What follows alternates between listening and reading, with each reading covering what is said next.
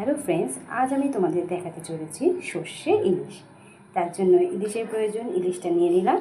আর উপকরণ হচ্ছে কাঁচা লঙ্কা আর সর্ষে, ব্যাস। এরপর মাছগুলোকে নুন হলুদ দিয়ে মেখে নেওয়া হলো।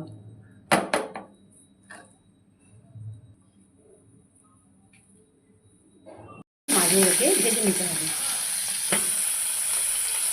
এরপর কালো জিরে ফোড়ন দিতে হবে।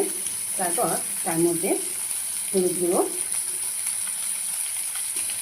পরিমাণ মতো লবণ, এরপর পরিমাণ মতো জল দিয়ে দেওয়া হলো।